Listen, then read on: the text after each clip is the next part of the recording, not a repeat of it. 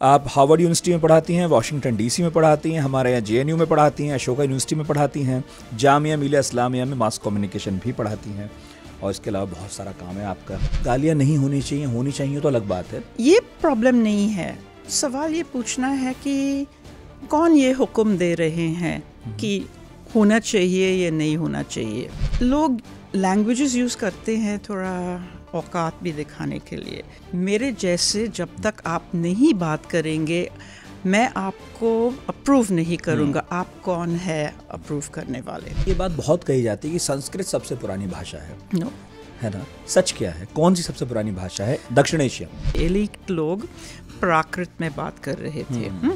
संस्कृत नहीं। संस्कृत तब तक तो सिर्फ पढ़ने की चीज़ है। उस ज़माने में हिंदी तो वो सबसे ज़्यादा इम्पोर्टेंट नहीं थी क्योंकि वो इट वॉज नॉट लिटरेरी ना, उसमें बहुत ज़्यादा साहित्य नहीं था।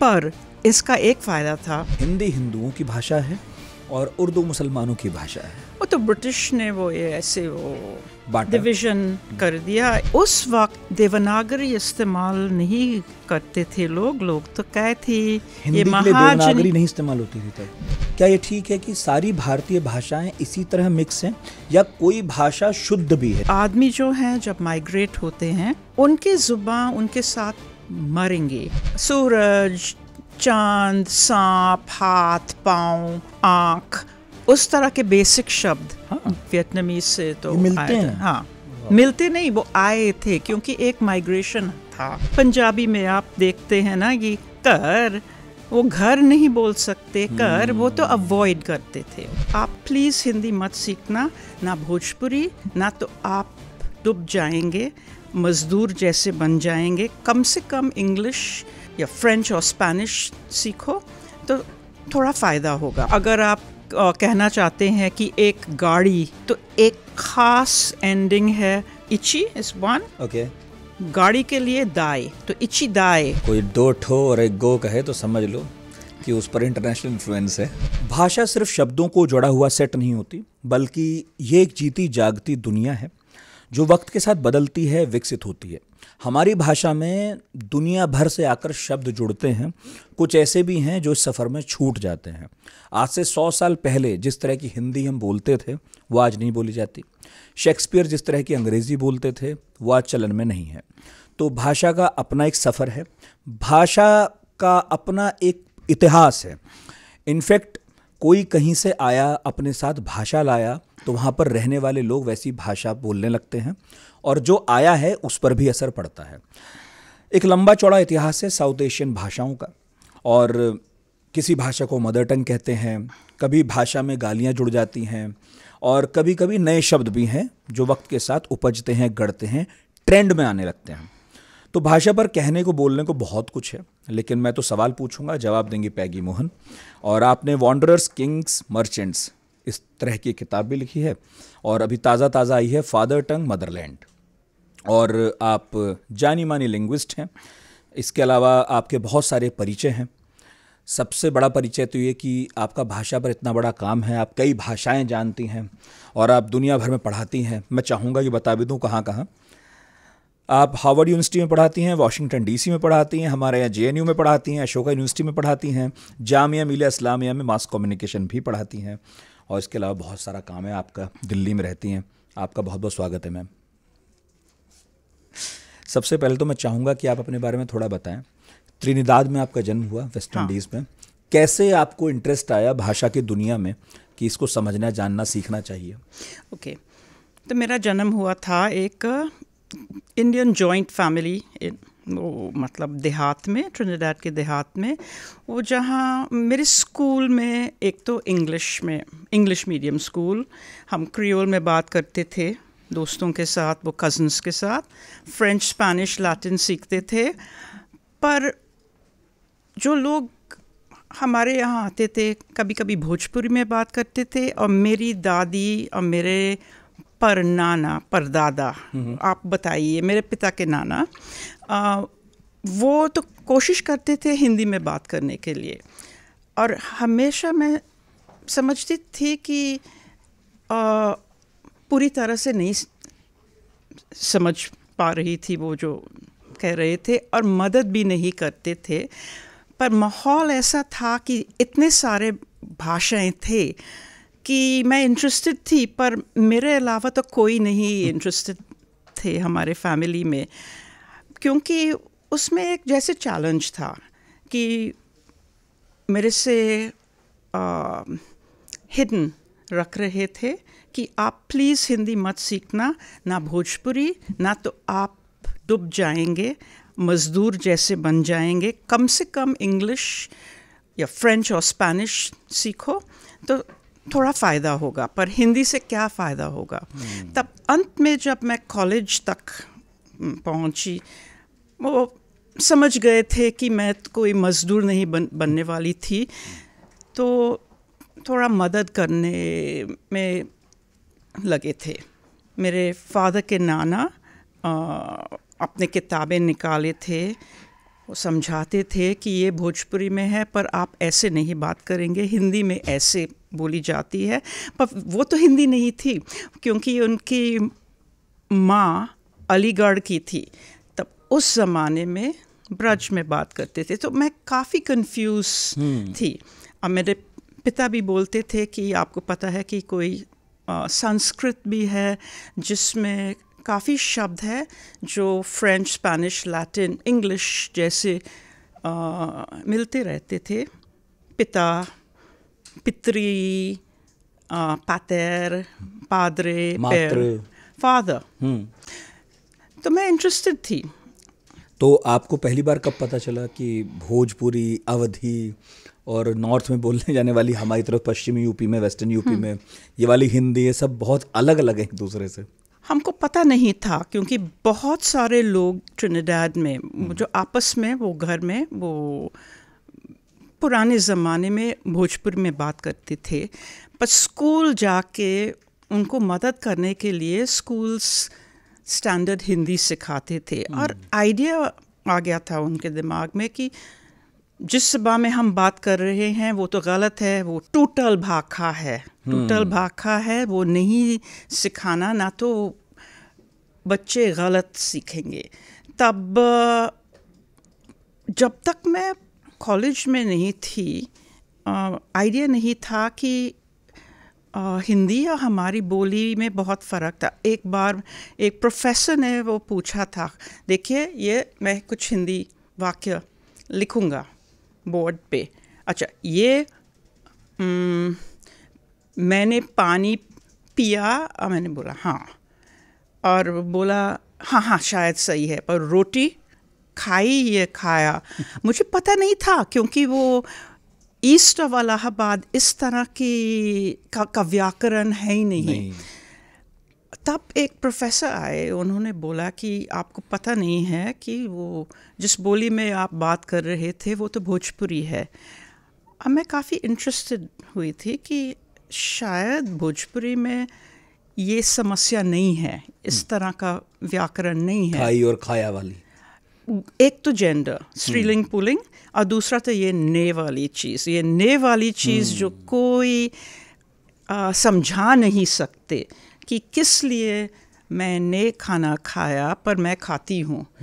काफ़ी टाइम लगा, उसी से तो मुझे आइडिया आया कि जब चीज़ें मुश्किल हैं, जब दिक्कत है समझने में, तब तो पता लग जाता है कि उसमें कुछ है, थोड़ा ज़्यादा शोध करना है, और अंत में तो थोड़ा आइडिया हो जाएगा किस लिए, उसका सिस्टम क्या है, इसका इतिहास क्या है, कब से ये आया वो हमारे वो भाषाओं में, जैसे ये ने वाली चीज़। और आपने देखा होगा कि एक पूरा चैप्टर है उसके ऊपर, उसको ट्रेस होता है इंडस वैली लैंग्वेज के समय तक। अच्छा, मैं जब पढ़ रहा था आपकी किताब, उसमें ये भी था कि जो आप त्रिनिदाद में अंग्रेजी बोलते थे वो भी थोड़ी अलग टाइप की थी। हाँ, जो क्रियोल इंग्लिश, हाँ, वो मतलब वो क्या अलग है उसमें जो हम नहीं समझ पाए शायद जाते के साथ। अच्छा, हमारी जो क्रियोल है ट्रिनिदाद में तो काफ़ी मिलता है वो नॉर्मल इंग्लिश में, क्योंकि वो ट्रिनिदाद में वो काफ़ी चेंजेस हुए थे और काफ़ी एक्सेस था।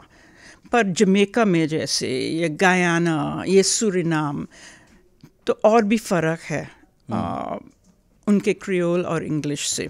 अच्छा, जब आप क्रियोल कहते हैं इसका क्या मतलब है? ओके, वो क्रियोल वो तो समझना चाहिए, वो जानने के लिए कि क्या हुआ था, किस तरह का विकास हुआ हमारे वो मॉडर्न लैंग्वेजेस इंडिया में। एक तो है, अगर इंग्लिश में मैं बोलूँ I run to school, I come to आज तक, आई कम, ये तो पास्ट है क्रियोल में। इंग्लिश में तो ये प्रेजेंट है। बिल्कुल। पर वो हमारे क्रियोल में हमारा एक अफ्रीकन पैटर्न है जिसमें नॉर्मल वर्ब्स बिना कोई मार्कर्स, वो पास्ट। ओके। तो I run to school, I does run मतलब प्रेजेंट, आई रन इन, मैं दौड़ रही हूँ, तो कोई जेंडर नहीं है उसमें। तो बात यह है कि वो उसका स्ट्रक्चर, उसका बुनियाद है कोई वेस्ट अफ्रीकन क्या बोलें, परंपरा नहीं, वो मतलब एक पैटर्न है वो जिसमें टेंसेस और टाइम अलग तरीके से देखा जाता था।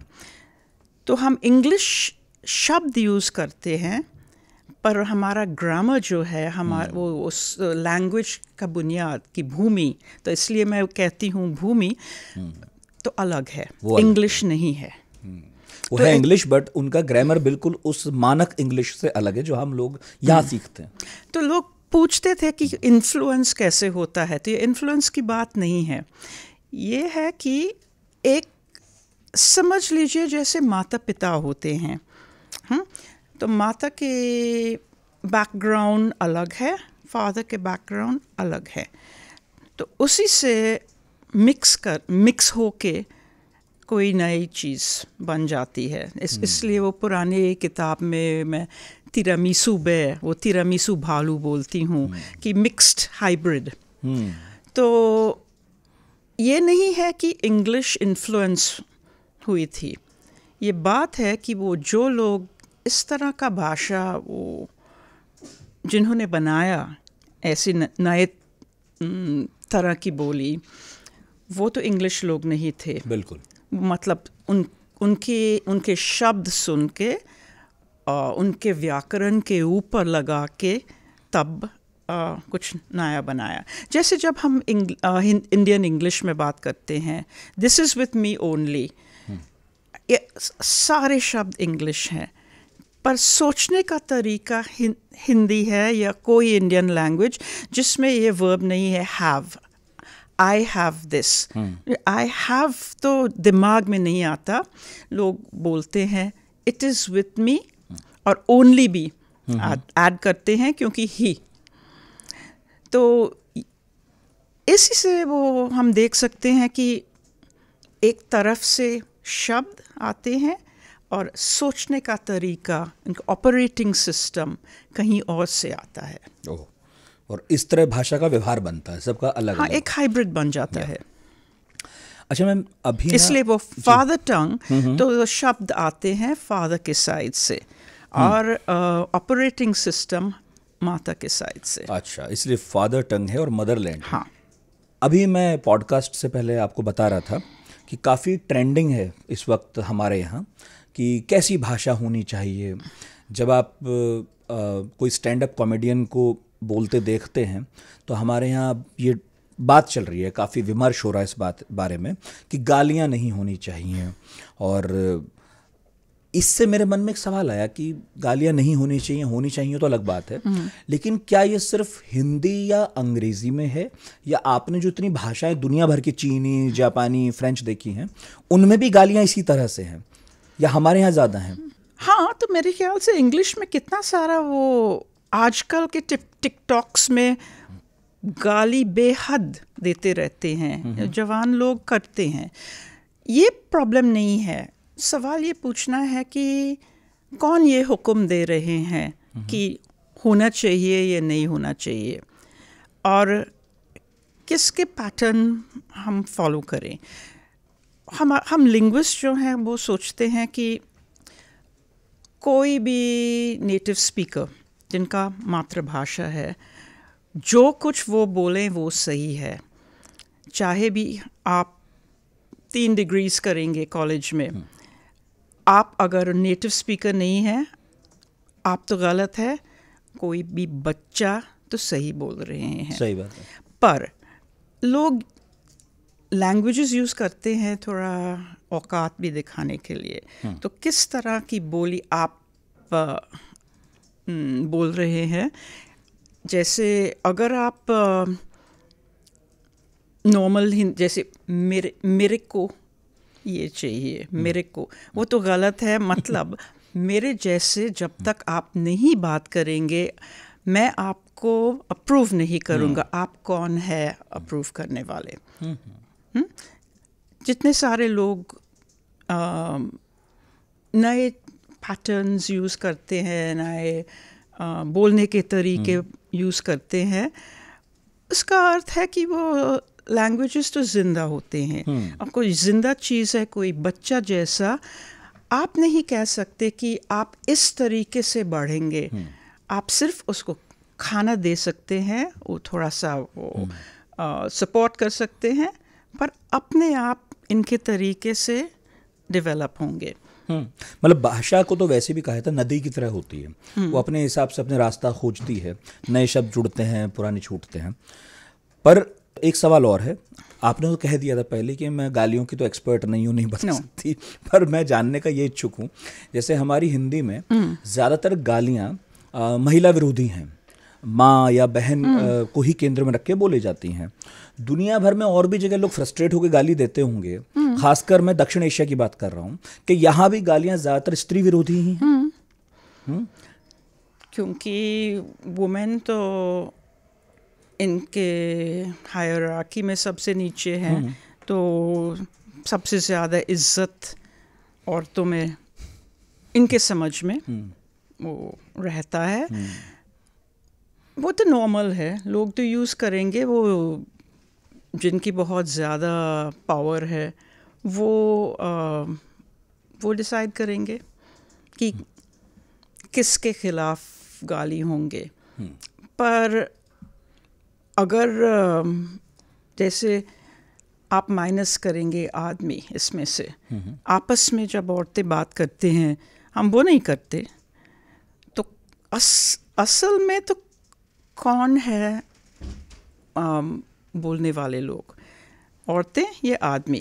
आप समझते हैं आपके पॉइंट ऑफ व्यू, आपके नज़रिया से, कि भाषा तो जैसे आप देखते हैं वही तो है, पर हम भी तो देखने वाले हैं, हम भी तो अनुभव करने वाले हैं। तो अगर आप हमसे पूछेंगे तो ऐसी तो प्रॉब्लम नहीं है, क्योंकि वो इज्जत तो हम में तो नहीं रहता, वो सब में रहता है। ये अजीब सवाल है, पर मतलब मैं मानती नहीं हूँ कि वुमेन तो आर अ प्रॉब्लम और women are a source of गालियाँ। आप समझते हैं? क्योंकि मैं तो जैसे एक अलग यूनिवर्स में रह रही हूँ जहाँ ये होता नहीं है। आप तो जवान लोग के यूनिवर्स में, आप आदमी के यूनिवर्स में आप कुछ देख सकते हैं, परसीव कर रहे हैं जो मेरे को नहीं हो रहा है। मैं तो पूरी ज़िंदगी रह सकती हूँ बिना ये सब देखे। ऐसी गालियाँ और ये बोझ औरतों के ऊपर की पवित्र रखना है, समाज, ये भाषा, मैं बिल्कुल पूरी तरह से भूल सकती हूँ। मतलब कि तरह तरह के यूनिवर्स होते हैं। और पता नहीं अगर ये जवाब तो सही है आपके तरफ से, क्योंकि मैं कोशिश कर रही हूँ समझना कि आप क्या कह रहे हैं, पर मुझे लगता है कि हम अलग अलग दुनिया में रहते हैं। हाँ, लेकिन एक दुनिया है जहाँ सब आकर जुड़ते हैं, जो सिनेमा की दुनिया है, जो OTT की दुनिया है, जो सोशल मीडिया की दुनिया है, YouTube की दुनिया है। उस दुनिया में हम सब शामिल हैं। और हम वहाँ पर ये अब देख रहे हैं ज़्यादातर कि गाली देना बहुत कूल हो गया है। पहले गाली दी जाती थी, लेकिन इस बात का ख्याल रखते हुए कि मैं जिसे दे रहा हूँ उसे दूँ, बाकी लोग ना सुने, या फिर बहुत गुस्से में। अब गालियाँ आम होती जा रही हैं। तो मैंने उसी हिसाब से पूछा कि जब हम सुनते हैं तो ज़्यादातर गालियाँ महिलाओं के खिलाफ है, तो क्या ये हमारी ही सोसाइटी में हो रहा है या साउथ एशिया में हर जगह ऐसा ही है? ना, मैंने अभी एक पर्चा लिखा, ये मेरे ख्याल से वो छपने वाला है वो द वायर में, कि यंग मैन, जवान आदमी का एक प्रॉब्लम है आजकल। जिस तरह से कि समाज में हम रह रहे हैं वो ज़्यादातर रिडंडेंट होने लग गए, और इनका एक प्रोटेस्ट आता है। अब प्रोटेस्ट किसके खिलाफ? सबसे आसान है औरतों के खिलाफ, पर असल में वो स्वीकार नहीं कर सकते कि असल की सिस्टम के खिलाफ, सोसाइटी के खिलाफ, हमारे वो तरक्की का पैटर्न के खिलाफ है। तो सबसे आसान है, सबसे कमज़ोर लिंक उस जंजीर में औरतों से थोड़ा लड़ना, प्रोटेस्ट करना। मुझे ऐसा लगता है, पर एक और भी प्रॉब्लम है, क्योंकि औरतें तो इतना नहीं करते, क्योंकि इतना गुस्सा नहीं है, क्योंकि हम तो सबसे नीचे हैं इसी समाज में। पर आदमी को पता लग गया कि और कुछ होना चाहिए, और जो हमको नहीं हो रहा है, और दे आर एंग्री। एक तरह से मैं सोच सकती हूँ कि वो तो हेल्थी चीज़ है। या तो आप जापानी लोग जैसे कर सकते हैं, ये अपने को कैद करो, कैद रखो, माता पिता के घर में किसी से बात मत करना, मैं हार गया। ओके। तो ऐसा तो वर्स्ट है। कम से कम इसी गाली से अगर आइडिया है कि आदमी थोड़ा लड़ रहे हैं, और मतलब सोसाइटी के खिलाफ लड़ना है, पर वो नहीं पहचानते, वो समझते हैं कि सबसे आसान है इनके कसूर है, और ये औरतों के कसूर है, या मैं नाराज़ हूँ पता नहीं किससे, पर मैं गाली दूंगा औरतों तो सबसे से, कमजोर को गाली दूं। हाँ, या तो मिनॉरिटीज से, या तो अलग अलग जाति से। तो मुझे लगता है कि ये सिर्फ एंगर है, और एक तरह से तो थोड़ा हेल्थी है, क्योंकि लड़ना ही तो चाहिए। अगर आप नहीं करेंगे कौन करेंगे? मैं नहीं करूँगी, मैं तो बूढ़ी हो गई, मैं वेट कर रही हूँ, आप क्या करने वाले हैं थोड़ा सा समाज सही करने के लिए? प्रॉब्लम तो ये है कि आप वो नहीं कर रहे हैं, या आप बस चिल्ला रहे हैं। आगे कुछ करिए ना, तो सही करिए ना।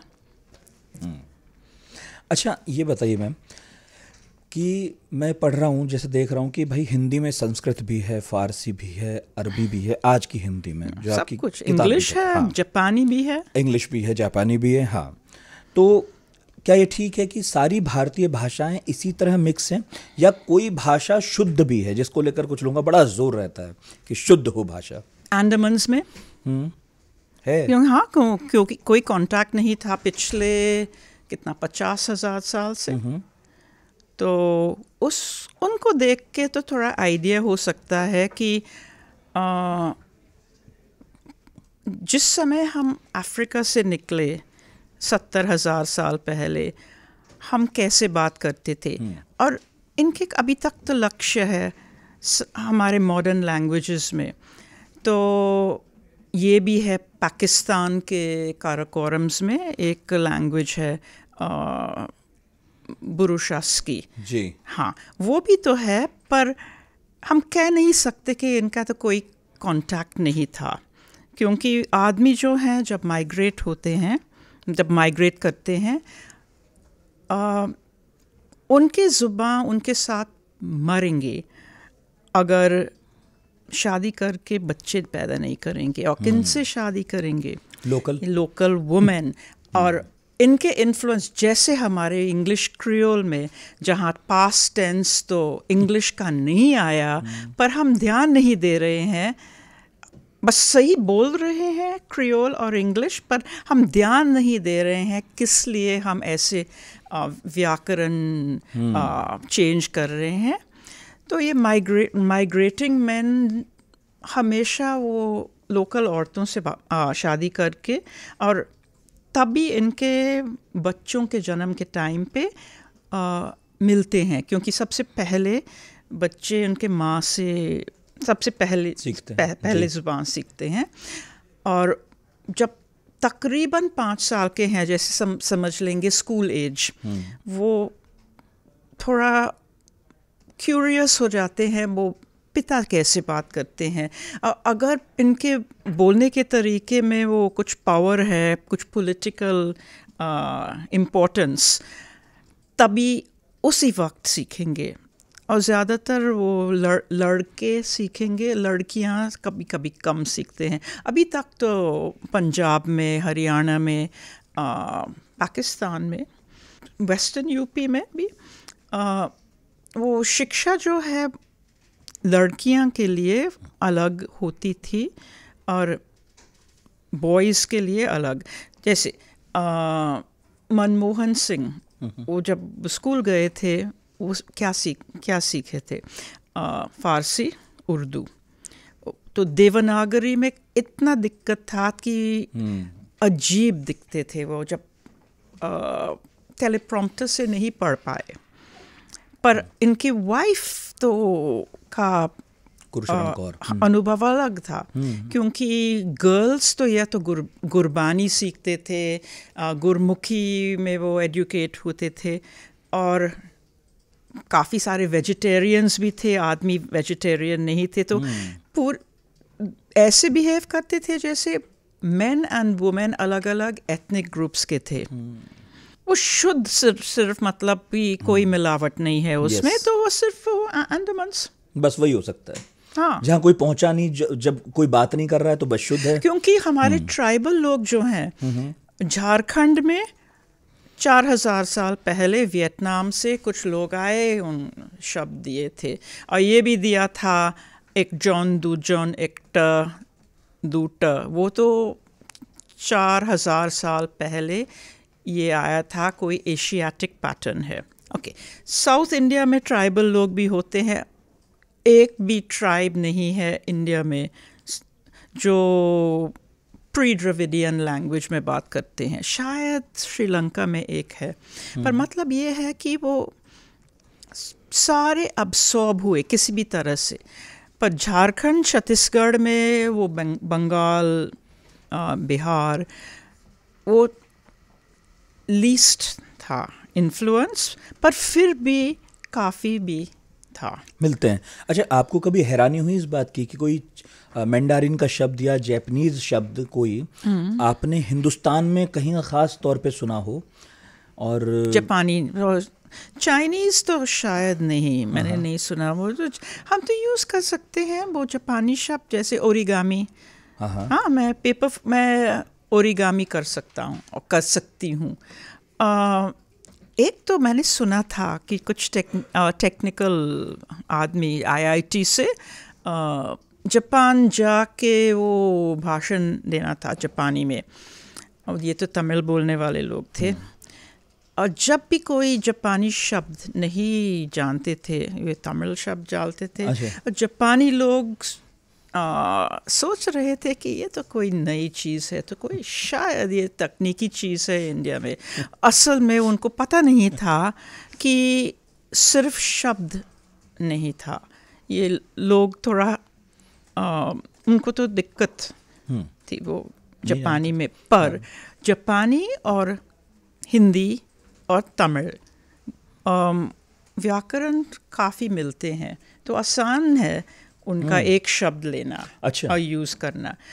चाइनीज़ तो फ़र्क है, क्योंकि इनके काफ़ी टोन्स भी है और इनका व्याकरण बहुत फ़र्क है। पर फिर भी 4000 साल पहले वियतनामीज़ शब्द जो चाइनीज़ शब्द जैसे होते हैं, वो तो घुस गए हमारे हिंदुस्तान में आए, हमारे सारे ट्राइबल लैंग्वेजेस नॉर्थ में। और मैं ट्राइबल मैं नॉर्थ ईस्ट नहीं कह रही हूँ, मैं झारखंड छत्तीसगढ़ की बात कर रही हूँ। यहाँ के ट्राइब्स पे आए। हाँ, नाम है जैसे सूरज, चांद, सांप, हाथ, पाँव, आँख, उस तरह के बेसिक शब्द वियतनामीज से तो ये मिलते आए थे। हैं? हाँ, मिलते नहीं, वो आए थे क्योंकि एक माइग्रेशन था, और वो भी माइग्रेशन था आदमी। और किनसे शादी की थी, किनसे बच्चे बनाए, किनके साथ, इंडियन औरतें। तो उनके ग्रामर्स अभी तक तो बिल्कुल ही लंबे लंबे शब्द, लंबे लंबे वो जो एंडिंग्स, अग्रीमेंट, जेंडर, वो सब जो पहले था, और उसके ऊपर कुछ वियतनामीज आइडियाज़, एक जॉन दू जॉन, एक और कुछ शब्द। वाह, हो सकता है। तो अगर हम वियतनामी पढ़ना, लिखना, देखना शुरू करें तो हमें बहुत अपनी सी लगेगी, बहुत सारे शब्द एक जैसे दिख भी सकते हैं। अच्छा, एक चीज़ और है मैम, मैंने आपको बोलते सुना एक जगह पर, आप ये कह रही थी कि ग्लोबलाइजेशन जो है उसमें भाषा धीरे धीरे सिकुड़ रही है, ख़त्म हो रही है, क्योंकि मार्केट तो हमेशा ये चाहेगा कि ज़्यादा भाषाएं ना रहें, है ना, वो ये चाहेगा कि भाषा कम हो जाए। तो ये क्या अच्छा है, बुरा है, ये होना ही है या इससे बचना चाहिए? बहुत साल पहले जब आपका जन्म भी नहीं हुआ था, मैं कहती थी कि वो ठीक नहीं है। हमारे जो भोजपुरी, हमारे ट्राइबल लैंग्वेजेस तो ज़िंदा रखने थे, पर ये शुरुआत से ये हो रहा था। शुरुआत में समझ लेंगे कि जो ट्राइब्स आए थे आउट ऑफ अफ्रीका 70,000, ओके 60,000 साल पहले, तो अलग अलग तरह की बोलियां में बात करते थे। कोई भी माइग्रेशन इनटू इंडिया जो आए, वो उससे तो बड़े बड़े स्ट्रक्चर्स बनते थे और कनेक्शंस बनते थे। तो जब हम कहते हैं कि वो इंडस वैली लैंग्वेज या इंडस वैली लैंग्वेजेस एक फैमिली है, सोच लीजिए ये काफ़ी बड़ा जगह है, तो कैसे हो सकता है कि सिर्फ एक फैमिली है या एक लैंग्वेज? इसका अर्थ है कि इकट्ठे करके ये न्यू माइग्रेंट्स, जो ड्रिविडियन पीपल, ज़ाग्रोस फार्मर्स जो आए थे, उन्होंने कनेक्ट किया। तो जो पहले कनेक्टेड नहीं था, ऐसे जुड़ा हुआ होने लग गया।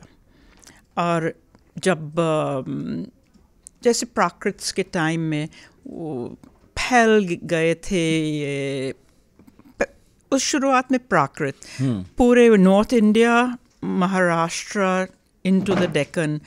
पहले तो कितने सारे अलग अलग बोलियां जो बिल्कुल नहीं मिलते थे, वो अब्सॉर्ब हो गए थे। और इनके क्या व्याकरण तो चेंज नहीं हुआ था, इनके शब्द तो ये होता रहता है, क्योंकि वो समाज के साइज चेंज हो गया। पहले तो एक छोटा विलेज था, एक गांव या एक ट्राइब, अब तो ये एक रीजन, ये एक किंगडम। तो जो हो रहा है इंग्लिश के साथ कोई नई चीज़ नहीं है। और ये वर्ब्स, नाउन्स, ग्रामर के ऊपर संबंधित नहीं है। ये तो पॉलिटिकल, इकोनॉमिक सिस्टम्स। तो पहले किसी ने पूछा था कि वो हम भाषाओं को कैसे फिक्स कर सकते हैं। मैंने बोला एक फिल्म है जिसमें अमिताभ बच्चन थे, तो अच्छी तरह से शराब पीकर वो तो नशे में थे, और यहाँ एक पता नहीं कहाँ कुछ चोट लगी थी, और देखते देखते मिरर में उन्होंने बैंडेड मिरर पे लगाया। और सचमुच तो यहाँ तो चोट लगी थी। तो भाषा तो सिर्फ एक मिरर है, जो किस चीज़ का मिरर? पॉलिटिकल, इकोनॉमिक, सोशल, समाज समाज का मिरर है। हाँ। वहीं से उपजती है, वहीं से बनती है। तो अगर समाज चेंज हो रहा है या नहीं चेंज हो रहा है या कुछ भी कर रहे हैं, वो लैंग्वेजेस, तो अगर आप कहते हैं कि हम उसको प्रिजर्व करेंगे, हम रखेंगे, ये तो अलग चीज़ नहीं है आपके समाज से। तब तो मिरर से आपको नहीं चाहिए, आप चाहिए एक तस्वीर जो जिंदा नहीं है। तो मिरर में आप देखेंगे आप इस वक्त क्या कर रहे हैं, तस्वीर में नहीं देखेंगे। तो जिंदा लैंग्वेज है जो कोई भी बच्चे तो यूज़ कर सकते हैं। 5 साल का बच्चा, अगर कोई नहीं छोटा बच्चा यूज़ करेंगे मातृभाषा के रूप में, हम समझते हैं कि वो डेड है, कि मतलब एक तस्वीर है। अब वो तस्वीर होगी। हाँ, मिरर तो नहीं है, मिरर नहीं है। वो तो मेरे ख्याल से वो अच्छा मेटाफोर है ना। हाँ बिल्कुल। तस्वीर में कुछ भी कैद हो सकता है, Yeah. लेकिन मिरर में नहीं हो सकता है। Yeah. तो आप वही कह रही हैं कि समाज बदलेगा तो वो जो मिरर में इमेज है वो भी बदलेगी। जो कोई बेवकूफ़ी आप करेंगे वो दिखाई देगा। वो दिखाई देगी। हाँ। यस। अच्छा, एक चीज़ और है, क्या भाषा कौन सी डोमिनेट करेगी ये इस पर भी डिपेंड करता है कि कौन सी भाषा नौकरी देगी, रोजगार देगी? Yes exactly. क्योंकि वो भाषा तो कौन सीखेंगे, कोई ट्राइबल लैंग्वेज, अगर वो इसका कोई आर्थिक फ़ायदा नहीं है। तो ये है, सेम चीज़ है ना कि वो मिरर है, उससे ज़्यादा तो कुछ नहीं है। तो इसलिए तो पेरेंट्स तो उनके बच्चों को भेजते हैं स्कूल्स में, इंग्लिश मीडियम स्कूल्स में। बच्चे तो काफ़ी तकलीफ़ देखते हैं, समझते नहीं हैं। ये पूरे वो खिड़की से देखकर ये मतलब ऑलमोस्ट सो रहे हैं। क्यों? पर माता पिता फिर भेजते हैं क्योंकि उनको पता है कि अगर ठीक से समझेंगे उनके क्लासेस घर के भाषा में, नौकरी में फ़ायदा नहीं होगा बाद में। तो किस तरह के नौकरी कर सकेंगे? कम से कम कुरियर्स बन सकते हैं, ये कोई low level English speaking jobs, blue collar jobs करेंगे। या पर मैं तो उसमें तो बिल्कुल सहमत नहीं हूँ, क्योंकि वो बच्चों का दिमाग इस्तेमाल नहीं हो रहा है। और जो इस देश हो सकता, बन सकता है, नहीं बनेगा, क्योंकि हम बच्चों को थोड़ा सा मिसयूज़ कर रहे हैं, सिर्फ लैंग्वेज को देखते हैं। पर पुराने ज़माने में वो जो लोग नॉट एग्जैक्टली टेक्नोलॉजी पर उस तरह के क्राफ्ट्स करते थे, वो इंग्लिश में बात नहीं करते थे और इंग्लिश मीडियम स्कूल्स में नहीं जाते थे। असल में वो उनसे तो हमारे टेक्नीशियंस आना चाहिए था, पर क्या बने? लेबरर्स बने हैं सिर्फ लैंग्वेज के वजह से। तो मतलब ये एक जैसे चाइनीज़ में बोलते हैं यिन यांग सिस्टम है। यांग सिस्टम है कि हमको तो कोई विकास नहीं चाहिए, जैसे है तो ठीक है, हमारे बच्चों को सारे वो नौकरियां मिल जाएंगे, हम इंग्लिश में बात करेंगे, उनको तो थोड़ा सा कोई मुकाबला नहीं मिलेगा। तो अगर बच्चे कम से कम समझ पाएंगे इनके साइंस, इनके गणित भी, तो इनके मैथमेटिक्स, तो शायद देश तो और आगे तो बढ़ेगा। अच्छा, जैसे चीन में हुआ। हाँ, या जापान। हाँ बिल्कुल।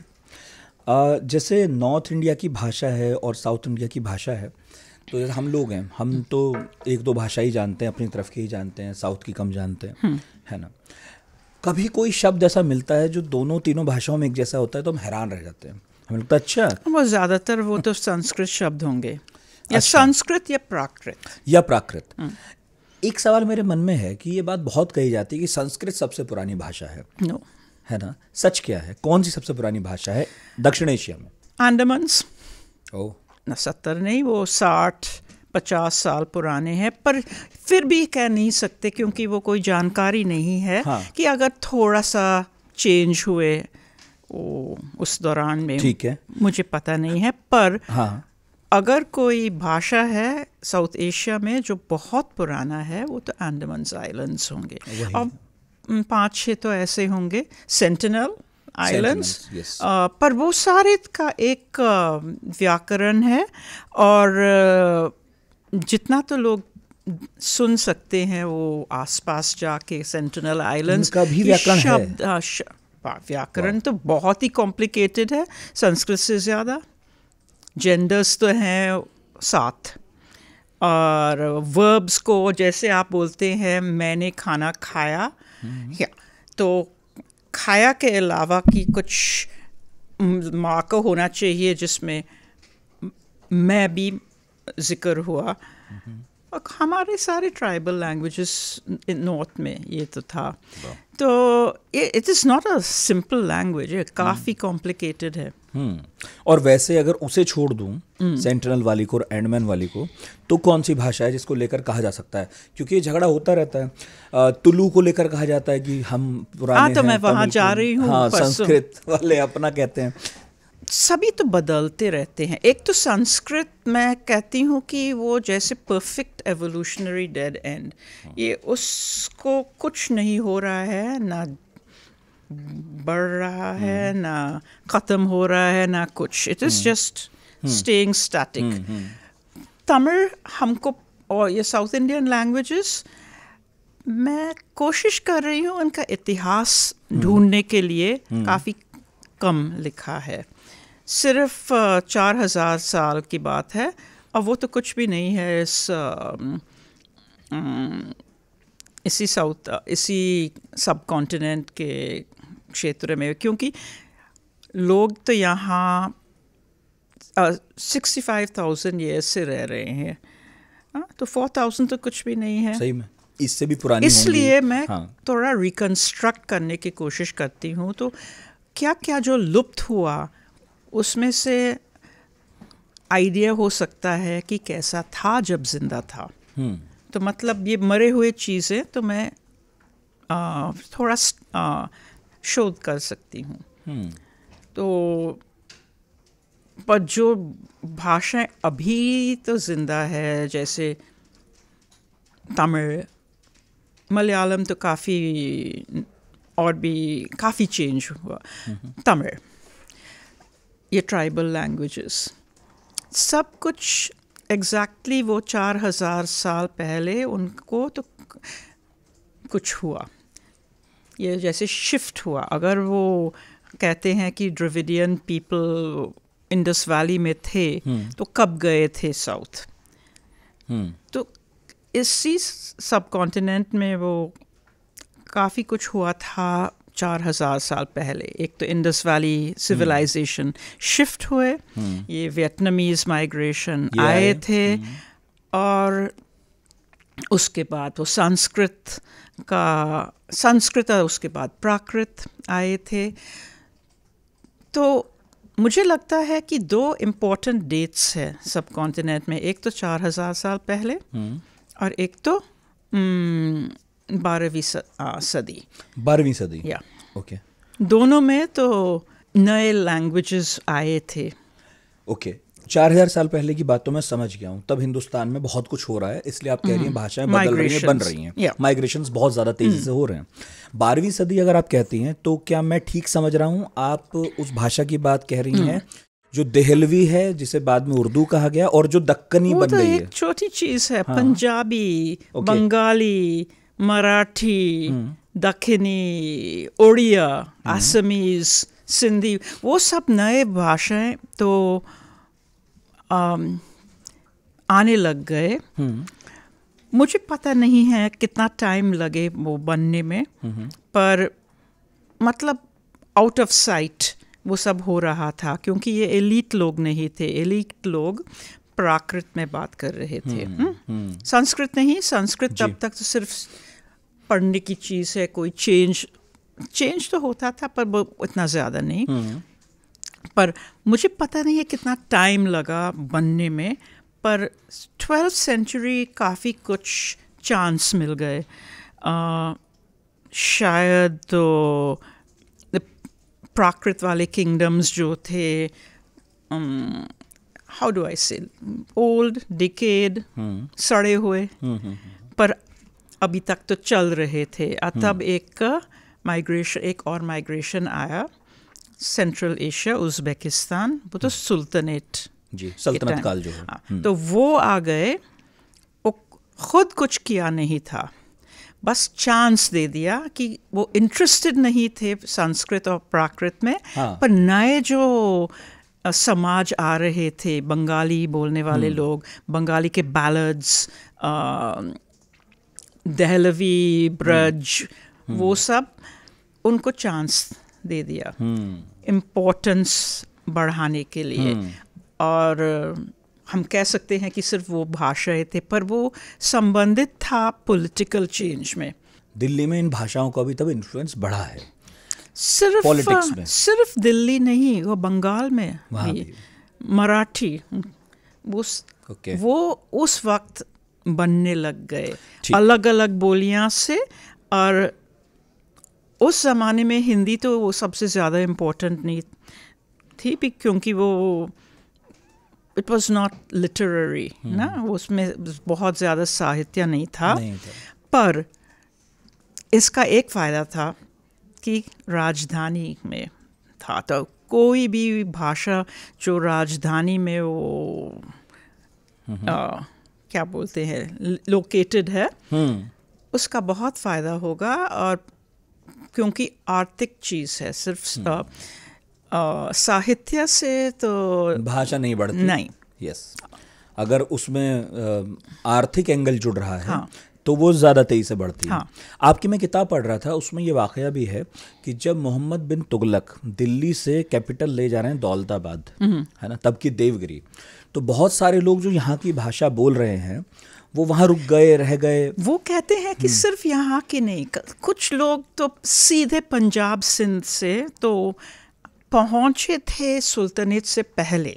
अच्छा। और बंगाल में भी ऐसा हुआ था, ये तो उनके सूफी जो थे और इनके वो मर्चेंट्स जो थे, 1 सदी पहले पहुँचे थे सुल्तानेट से जी। तो मुझे पता नहीं है वो कैसे एग्जैक्टली उसका शुरुआत हुआ था, पर माहौल ऐसा था, ज़माना ऐसा था जब काफ़ी कुछ होने वाला था।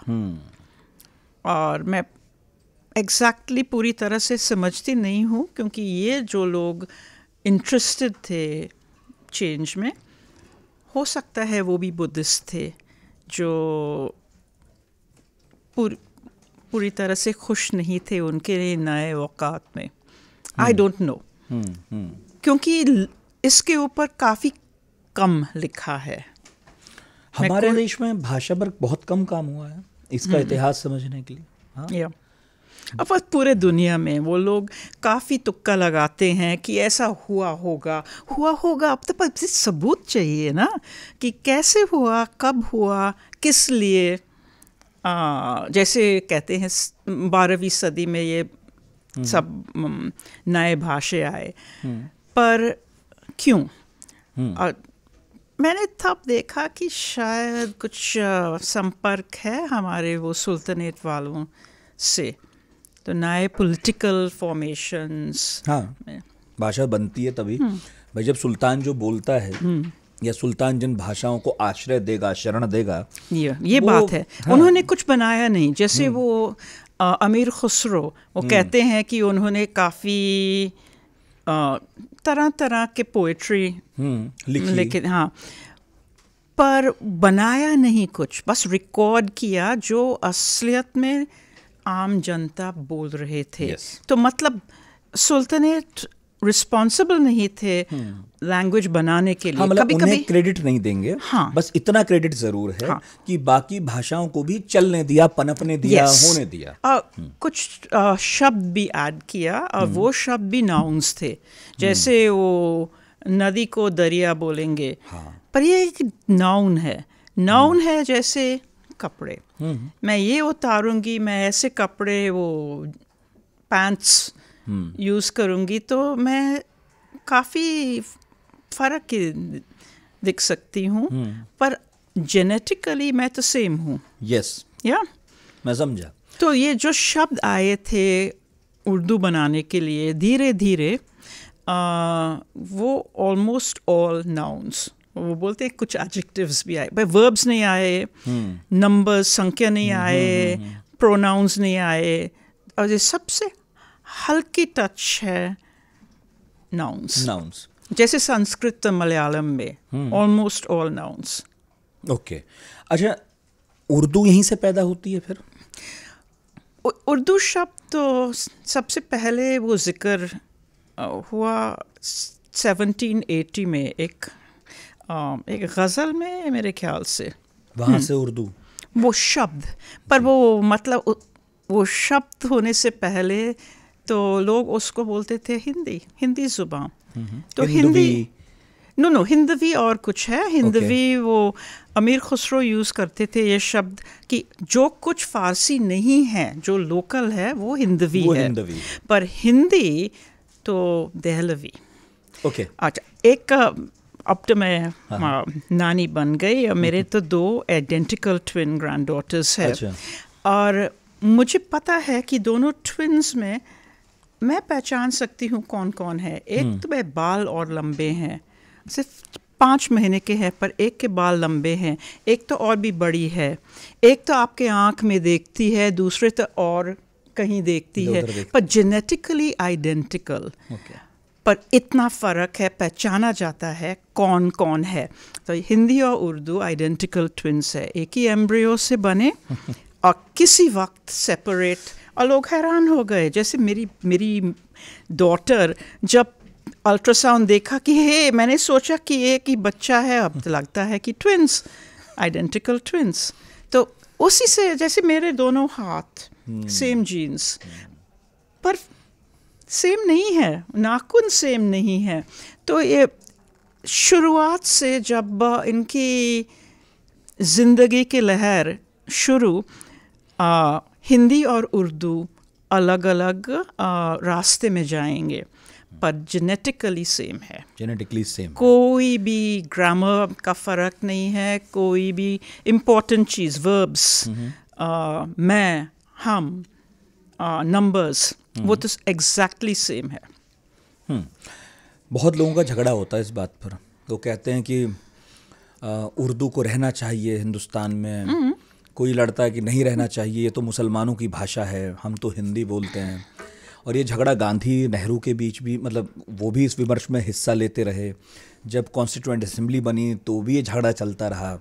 अभी भी 70 साल बाद बहुत सारे लोग लड़ते हैं इस बात को कहते हुए कि हिंदी हिंदुओं की भाषा है और उर्दू मुसलमानों की भाषा है। वो तो ब्रिटिश ने वो ये ऐसे वो डिवीज़न कर दिया। एक ही छोटा सा नोटिंग है फाइल पे, वो ये कहने की कोशिश कर रहे थे लिपि, पर लिपि की जगह में भाषा लिखा कि 2 हिंदी और उर्दू ज़ुबान, हिंदी और उर्दू भाषा, लिपि कहना चाहिए था, क्योंकि स्कूल सिस्टम को थोड़ा सपोर्ट करना था कि कौन से स्कूल्स होंगे उर्दू लिपि से।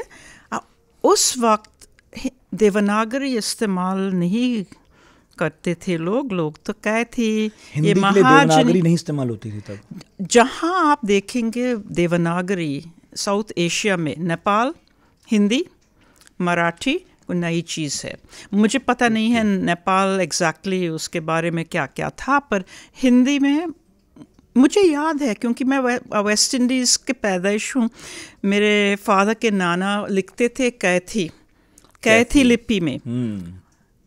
और जब फैमिली अलीगढ़ में कुछ ख़त लिखने थे, कैथी में लिखते थे। तो स्कूल में देवनागरी सीखी, क्योंकि वो देवनागरी तो पुरानी चीज़ है, पर इस्तेमाल करते नहीं थे लिखने के लिए। हिंदी ना मराठी में मोड़िया। तो सारे जो पुराने सनद है फैमिली में, वो देवनागरी में लिखे नहीं हैं, तो वो तो मोड़ी में या तो कैथी। तो ब्रिटिश ने बोला कि हिंदुओं का भाषा देवनागरी में, क्योंकि वो संस्कृत से काफ़ी दिलचस्प थे, तो दिलचस्पी थी, तो इसलिए उन्होंने क्या बोलते हैं उद्घाटन किया कि ये देवनागरी इस्तेमाल किया जाएगा हिंदी के लिए और उर्दू, और तब से तो वोकैबुलरी अलग अलग होने लग गया। और ये भी बात है कि तब भी औरंगज़ेब के टाइम तक उतना ज़्यादा फ़ारसी नहीं होता, इसलिए कि अगर वो फ़ारसी में कोई गज़ल लिखना था तो फ़ारसी में लिखिए, उर्दू में क्यों मिला रहे हैं फ़ारसी शब्द। ये सिर्फ ऐसा हुआ था जब ये जाफ़र ज़ताली इस तरह के लोग हैदराबाद में वो सोचने लग गए कि हम आम जनता के लिए लिखेंगे और ये पॉलिटिकल विषय होंगे, ये कोर्ट के लिए नहीं, ये आम जनता के लिए, हम आम जनता की ज़ुबान में, हिंदी ज़ुबान में लिखेंगे। और उस वक्त उर्दू शब्द वो इस्तेमाल नहीं करते थे। रेख्ता भी बोला जाता था कभी? रेख्ता तो हाँ वही है, वो रेख्ता सिर्फ उसका अर्थ है कि मिला हुआ, ये फेंक के इकट्ठा हुआ। रेख्ता एक फ़ारसी शब्द है जिसमें फेंका हुआ, तो मतलब कुछ खास नहीं, इसलिए फ़ारसी शब्द है उसमें कि विषय थे जो पहले गज़ल में फ़ारसी में लिखते थे। और सेम चीज़ जैसे वो मलयालम में जब एपिक्स लिखना शुरू किया 12वीं सदी में, कि ये सारे शब्द नहीं थे, तो कहाँ से लेंगे, तो संस्कृत से। अच्छा, तब से ये हुआ, संस्कृत से लिया। अच्छा, एक क्या नई भाषा भी बन रही है व्हाट्सएप वाली जो आप कहती हैं? नहीं, व्हाट्सएप वाली नहीं, आप कह रहे हैं इंग्लिश। हाँ। मुझे लगता है कि ऐसा शायद हुआ था कई बार इस सब कॉन्टिनेंट में। ये हिंदी कैसी बनी थी, हमारे वो इंडस वैली लैंग्वेज से और प्राकृत के शब्द ग्रेजुअली कैसा हुआ था, कितनी सदियां से, तो धीरे धीरे प्राकृत शब्द शामिल करके तब लगता है कि तैयार है। हमको प्राकृत की ज़रूरत नहीं है, ना इंडस वैली लैंग्वेज की ज़रूरत है, और कुछ आ गया जो निकल कर आ गया उससे। तो ऐसी जो चैटिंग की भाषा है कभी मेन स्ट्रीम की भी हो सकती है, जिसमें इमोजीज भी होंगी। इमोजीज तो अलग चीज़ है, पर ये भी बात है कि वो जब भी मैं इंग्लिश देखती हूँ वो दिमाग में आता है कि शायद ये अक्सर हुआ होगा यहाँ। और वो संस्कृत से पहले इंडस वैली के समय, जब वो 9000 साल पहले, जब सबसे पहले फार्मर्स आए थे, कैसे वो हाइब्रिडाइज होता था। और हाइब्रिडाइज है कि वोकैबुलरी ऐड करना।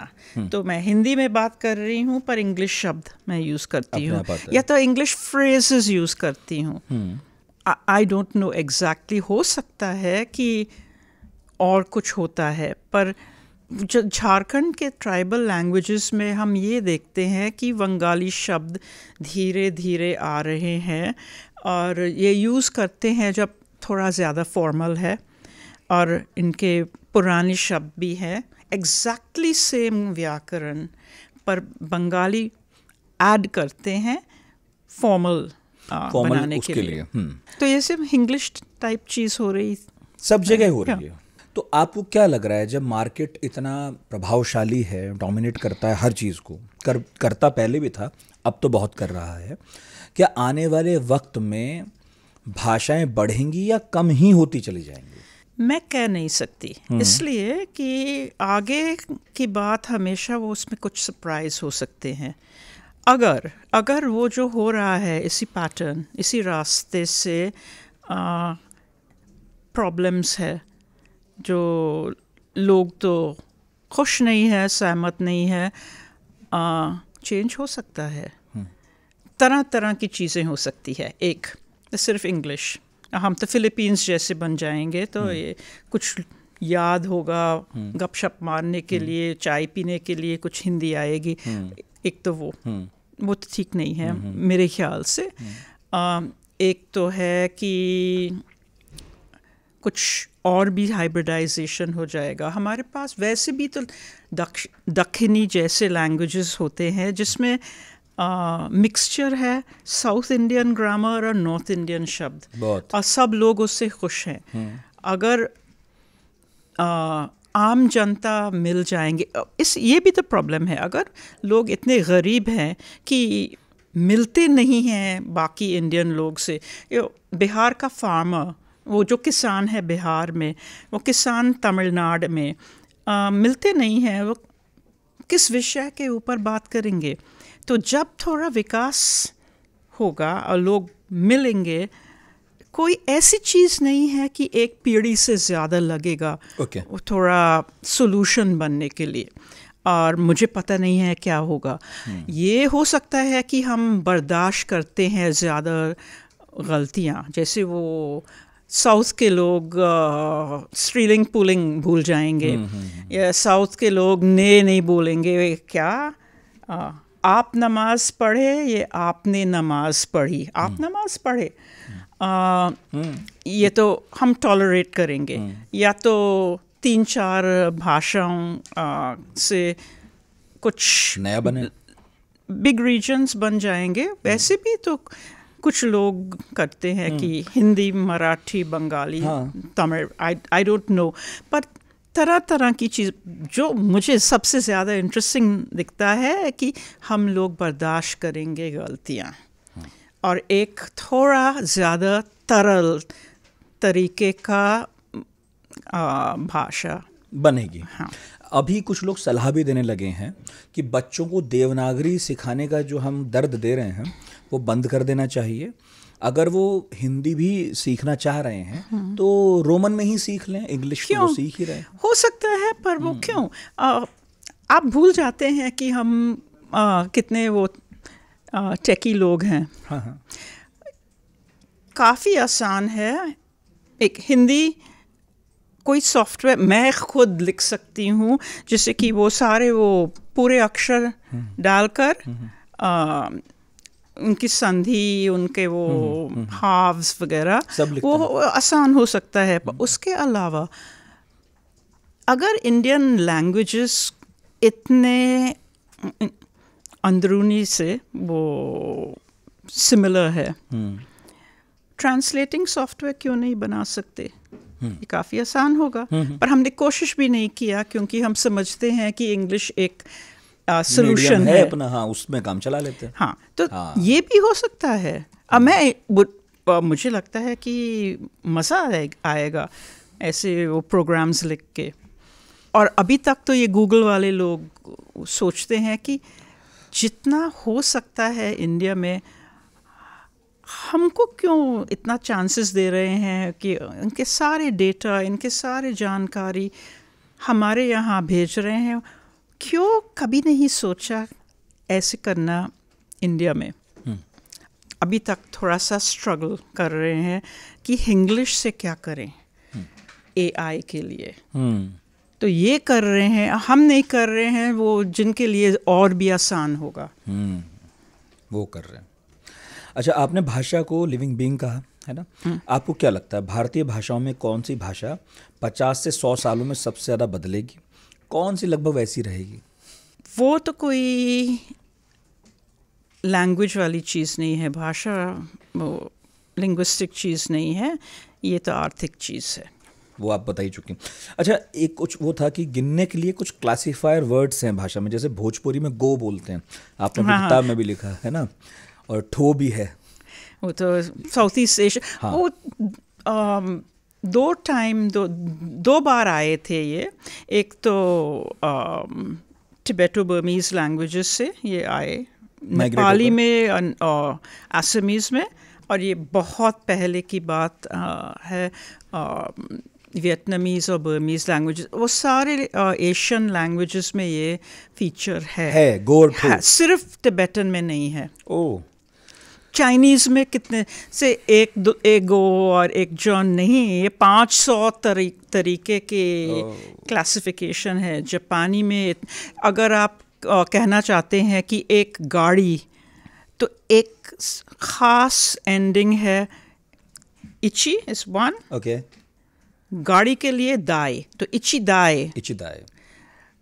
Otherwise, it's ichi is one person, hitori, and I don't know how many,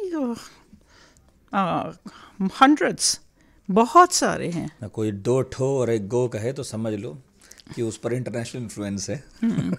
तो आप क्या वहाँ के रहने वाले हैं? मैं तो पश्चिम यूपी का ही हूँ।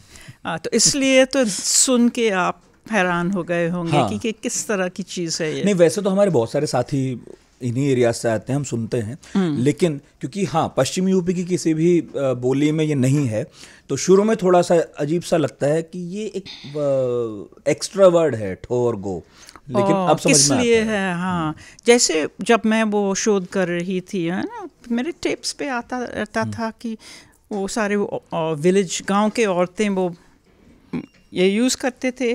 मेरी दादी आजी, मेरी आजी से मैं पूछती थी, वो बोल दिया कि ये एक पासवर्ड है। ये पासवर्ड का क्या अर्थ है?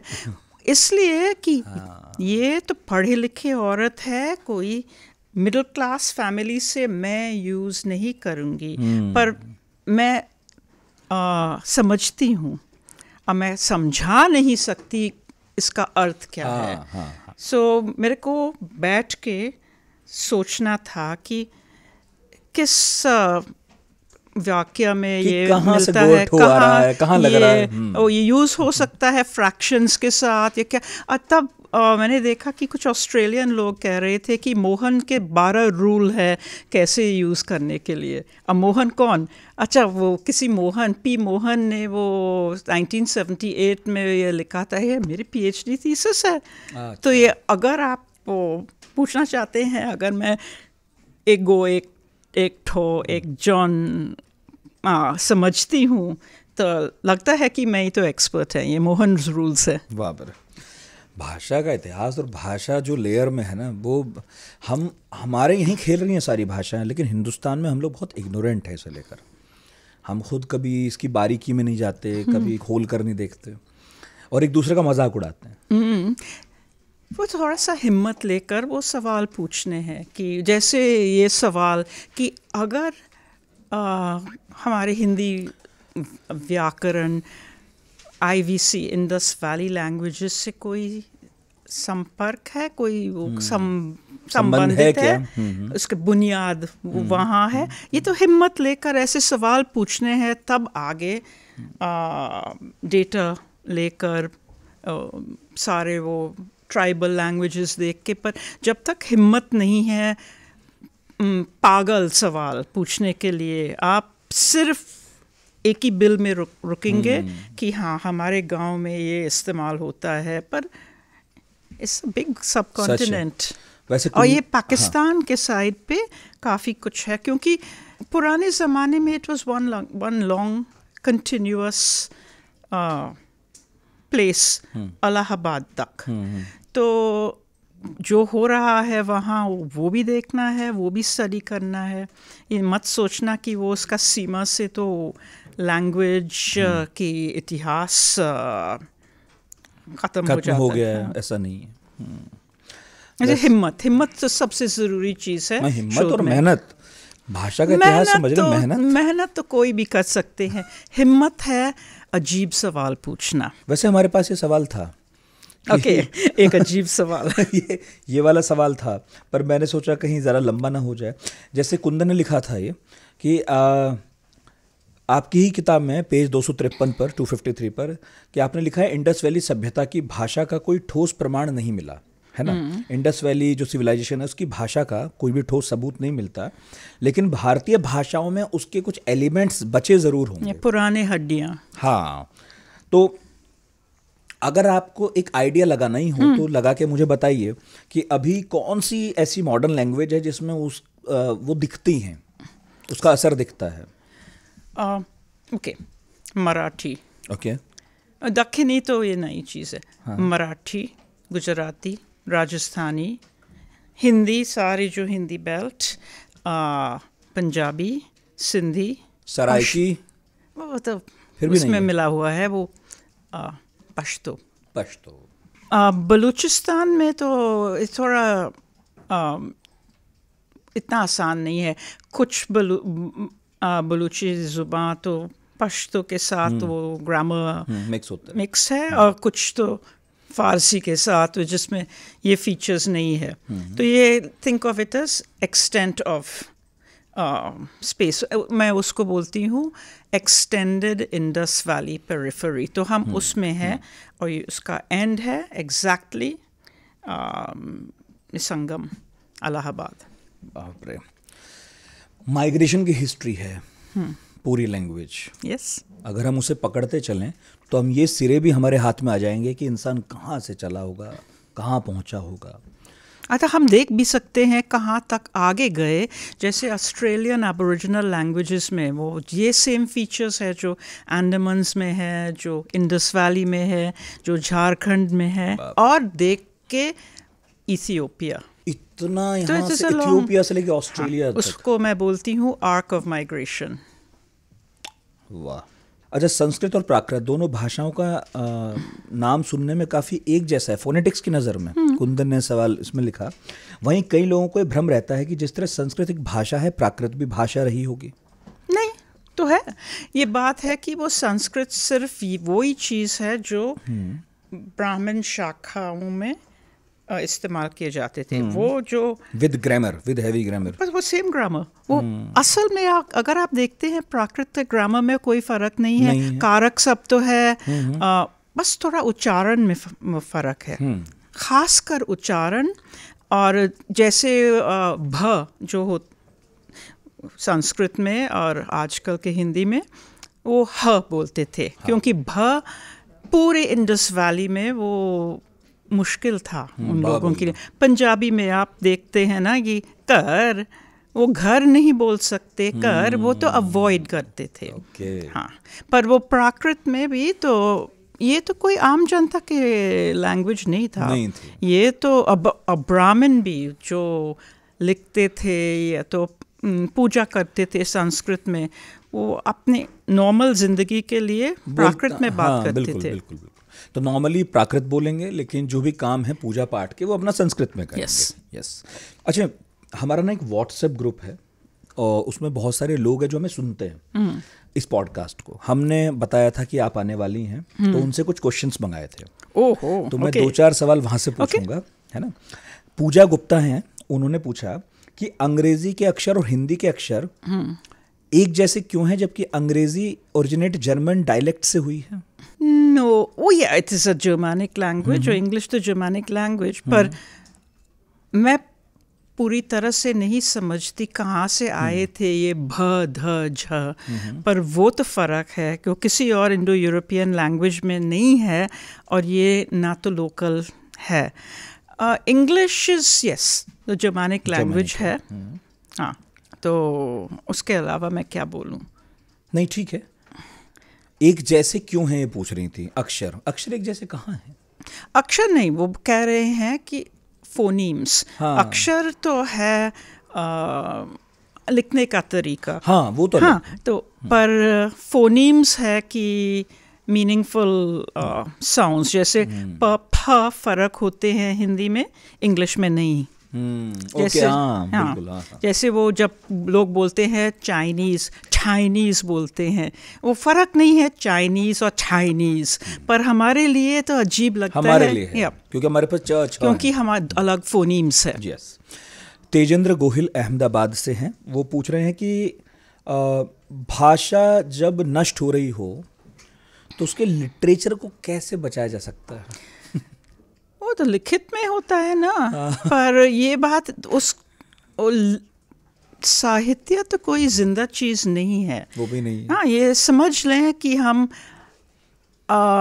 सही रख रहे हैं किसी का लाश। अगर आप तियाननमेन स्क्वायर जाएंगे, आप माओ ज़ेडोंग देखेंगे, वो लगते तो हैं सोए हुए, पर असल में तो वो इनका लाश है, वो थोड़ी उठने वाले हैं, थोड़ी कुछ नई चीज़ें करने वाले हैं। तो ये लिटरेचर है, किसी ने लिख के वो छोड़ दिया और आगे गए। जैसे आप बोलेंगे कि कोई पूछ रहे थे कि आप पुराने किताब के ऊपर प्लीज़ एक भाषण दीजिए, मैं इंटरेस्टेड नहीं हूँ, मैं आगे गई और इससे भी आगे गई क्योंकि मैं अब और कुछ सोचने की कोशिश कर रही हूँ कि क्योंकि वर्ब्स में तो कुछ हो रहा है भोजपुरी में और वर्ब्स उर्दू में और पश्तो, मैं कुछ देख सकती हूँ कि कुछ और इन्फ्लुएंस है इंडस वैली से, तो मैं इसमें भी तो कब तक इंटरेस्टेड रहूँगी। सही बात है, नई चीज़ें होती रहती हैं। गौरव चतुर्वेदी पूछ रहे हैं कि हड़प्पन हम क्यों नहीं पढ़ पाते, उसमें प्रॉब्लम क्या है, इतनी मुश्किल कैसे है? पढ़ना क्या मतलब? हड़प्पन, जो हड़प्पा में भाषा मिली है, जो लिखे हुए शब्द मिले हैं, उसे अभी भी डिकोड नहीं कर सकते। पहले तो वो फैसला करना कि भाषा है या नहीं। एक मेरी सहेली तो उस पर शोध कर रही है, ये कहती है कि एक तो काफ़ी छोटे हैं, सबसे ज़्यादा लंबा उनके इंस्क्रिप्शंस है 17 कैरेक्टर्स। वो तो एक पूरा वाक्य नहीं है, लगता तो नहीं है वाक्य, और हो सकता है कि फोनेटिक भी नहीं है। समझ लीजिए वो QR कोड जैसे हैं। या तो आप धोबी मार्क्स से तो क्या भाषा है? नो, ये धोबी लोग के लिए फ़ायदा होता है इसी तरह के मार्किंग से पता करना किसके कपड़े हैं, पर ये भाषा नहीं है। तो ये कह रही थी कि वो ज्वेलर्स और जो सोने के साथ काम करते थे, चांदी के साथ, मतलब इकोनॉमी के साथ काफ़ी इन्वॉल्व थे, ये अपने हॉलमार्क्स लगाते थे, अपने लाइसेंसेस, अपने परमिट्स तो छापते थे। अच्छा, तो हो सकता है वो भाषा हो ही ना। वही तो बात है। और जब तक आइडिया नहीं होगा कि उसका उच्चारण कैसा था, पर मैं सोचती हूँ कि एक और तरीका है करने के लिए, और वो ही तो है पुरानी हड्डियाँ से और साउथ इंडियन लैंग्वेजेस से, वहाँ से निकालने का, अच्छा वहाँ से जोड़ने का शब्द के लिए। पर वो ग्रामर तो फ़र्क हो गया वहाँ साउथ जाते समय, थोड़ा सा, बहुत ज़्यादा नहीं पर थोड़ा सा। सिद्धार्थ शाक्य हैं झारखंड से, वो उनका सवाल था कि जो रीजनल भाषाएं थीं उन्हें ख़त्म करके हिंदी को बढ़ावा दिया गया, और आगे सवाल है कि ये एक बड़ा कारण है हिंदी के विरोध का, क्योंकि उन्हें लगता है कि हिंदी के आने से उनका कल्चर नष्ट हो जाएगा। आपको भी लगता है? वो हाँ, वो तो हो रहा है ना, ये इसी से तो सिर्फ ग्लोबलाइजेशन से नहीं होता, ये तो सदियाँ से, सदी नहीं, हज़ारों साल से इस तरह की चीज़ें हो रहे हैं। आपको तो सोचना है कि संस्कृति वो बचानी है या तो कांटेक्ट होना चाहिए, और ये हमारे हाथ में नहीं है। वो जब से नए किंगडम्स बनने लग गए, ये कांटेक्ट हुआ, कम्युनिकेशन, कम्युनिटी और राज्य मतलब संबंधित है, जो उसका साइज सेम होना चाहिए, किंगडम का साइज और कम्युनिकेशन ग्रुप का साइज और भाषा का साइज। मतलब आप ये कह रही हैं तो कि अगर कल्चर बचाना है तो फिर मत जाओ कहीं, बचा लो, और अगर आप संपर्क करोगे, मिलोगे, जुलोगे, नहीं, मुझे पता नहीं है क्या सही है कि क्या गलत है। और मुझे अच्छा नहीं लगता कि वो भाषा, मैं तो लिंग्विस्ट हूँ, मैं इतनी खुश थी, वो तो झारखंड के हैं, वो झारखंड के वजह से हमको इतने सारे वो पास्ट की जानकारी है जो कहीं और इंडिया में नहीं है। तो मेरा काफ़ी फ़ायदा हुआ कि वो वहाँ कुछ रख रहे हैं, पर ये भी बात है कि एक पैटर्न है, होता रहता है, और सिर्फ जब लोग जंगल में रहते हैं, ये अंडमान के लोग दूर समुद्र पार या तो पहाड़ों में रहते हैं, थोड़ा चांस है बचने के लिए, चांस है। यस। लास्ट सवाल है मैम सूरज कुमार का, वो कह रहे हैं कि अवधि जो है वो हिंदी से पहले मौजूद थी, फिर क्यों इनको बोली में शामिल किया गया, जबकि अवधी के पास हिंदी से ज़्यादा साहित्य है, महाकाव्य हैं, जैसे मुल्ला दाऊद की चंद्रायन, मलिक मोहम्मद जायसी की पद्मावत, तुलसीदास की रामचरितमानस, हनुमान चालीसा वगैरह, जबकि हिंदी में ऐसा कोई महाकाव्य नहीं है। अच्छा, मैंने पहले बोला था कि अवधी का एक प्रॉब्लम था कि वो राजधानी में नहीं थी। जो कोई लैंग्वेज राजधानी में नहीं होगी वो उसका बिल्कुल फ़ायदा होगा, क्योंकि वो आर्थिक फ़ायदा होगा। बस कोई बात नहीं कि वो सुल्तानेत मुग़ल लोग फ़ारसी में बात कर रहे थे, पर शहर की ज़ुबान तो दहलवी हिंदी थी, हाँ। और वो फैल जाती है। यस। तो भाषा कितनी भी अच्छी हो, यदि उसमें बिजनेस नहीं हो रहा, यदि वो कैपिटल में नहीं है, तो धीरे धीरे फिर वो पिछड़ेगी ही। जो कैपिटल में रहेगी वो आगे बढ़ेगी। जैसे इंग्लिश में क्या, वो इंग्लिश तो कुछ खास नहीं है चाइनीज़ से या जापानी से, पर काफ़ी पॉलिटिकल पावर और आर्थिक पावर। और हिंदुस्तान के मेट्रोज में इंग्लिश ही है भाषा। हाँ, पर मतलब वो शुरुआत, हाँ, इंग्लिश जब फैलना शुरू हुआ इंडिया में इंडिपेंडेंस के बाद, क्योंकि हमें तो एक इस तरह के माध्यम, एलीट लैंग्वेज जैसे रिप्लेस करना पर्शियन, संस्कृत वगैरह। हाँ। इंडिपेंडेंस से पहले कोई ऐसी चीज़ नहीं थी प्राइमरी स्कूल इंग्लिश मीडियम में, तब शुरू हुआ था। तो ये तो मकौली के ऊपर वो मत छोड़ना, क्योंकि मकौली ने बोला कि वो कक्षा 8 से इंग्लिश मीडियम होना चाहिए, लेकिन हमने पहले ही किया। हाँ, तो अब हम तो वो कंस्टिट्यूएंट असेंबली में वो किसी ने बोला था, उनका नाम पूरा याद नहीं है, कि जो ब्रिटिश ने किया हमारे लैंग्वेजेस के खिलाफ, हम उससे ज़्यादा कर रहे हैं। हम तो ज़्यादा कर रहे हैं। exactly. क्यों? हमारे बच्चों को फ़ायदा उठाने वो जब शुरू में कह रही थी कि एलीट चाहते हैं क्योंकि बच्चों को नौकरियां मिलें, तो फिर उन्हें लगता है कि इस भाषा को आगे बढ़ाओ, इसमें नौकरियां हैं, हमारे बच्चे सीख लें फटाफट, स्टेटस को बना रहे। हमारे इंटेलिजेंट बच्चे तो कुछ भी कर सकते हैं, पर हमारे बेवकूफ़ बच्चों को बचाने के लिए हमें तो इंग्लिश की ज़रूरत है। मैम, आप कितनी भाषा बोलती हैं और बोली भी जोड़ी है? मैं कह नहीं सकती, क्योंकि अगर आप मुझे डेटा देंगे किसी झारखंड की बोली में या अंडमान्स की बोली में, मैं थोड़ा दिमाग लगा के समझ सकती हूँ, पर आप देख सकते हैं कि कितने कम है मेरी हिंदी। शब्द कम है, शब्द और सरलता, जिस तरह से मैं बात करती हूँ, ये तो थोड़ा सा कच्चा है ना। पर अगर हिंदी डेटा देखना है, मैं डरती नहीं हूँ उसको थोड़ा देखना, उसके इतिहास निकालना, मतलब पकड़ लेते हैं। वो तो अलग चीज़ है बोलने से ना। फिर भी आप बोलती होंगी, भोजपुरी बोलती है ना? बोलती थी वेस्ट इंडीज़ में, बट जब से मैं इंडिया आई वो चांस कहाँ मिलता है। वही बात, क्योंकि अगर मैं भोजपुरी में बात करूँगी वो लोग हैरान हो जाएंगे। जब मैं गई थी इलाहाबाद, अरे सब लोग बोलते थे अच्छा हिंदी बोलता है। मैंने सोचा ये मेरे को क्या बच्चा समझते हैं, तो ऐसा नो, ये आदमी तो भोजपुरी में बात कर रहे थे। मैंने जवाब दिया भोजपुरी में, मेरे को हैरान हो गया कि प्रोफेसर्स भी भोजपुरी में बात करते, कोई विदेशी। सेम चीज़। वही। बहुत बहुत शुक्रिया मैम। आपको बहुत शुक्रिया, आपने इतनी मेहनत की, आपसे हमारे लिए इतनी कोशिश की, अच्छे से अच्छे आप आराम से हिंदी में बोल पाए। बहुत शुक्रिया, और सच में आपकी हिंदी बहुत अच्छी है। मैंने कुछ प्रैक्टिस मिलना चाहिए, आपसे तो काफ़ी कुछ चांस मिल गया। हाँ, ये अच्छा रहा।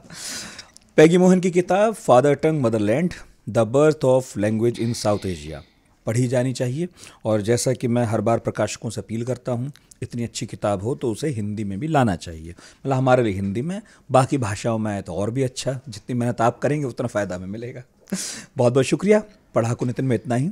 बाकी कमेंट बॉक्स है, उसमें बताइएगा कि क्या छूट गया, क्या पूछा जाना चाहिए था। अगले गुरुवार फिर किसी टॉपिक पर फिर मुलाकात होगी। Thank you so much.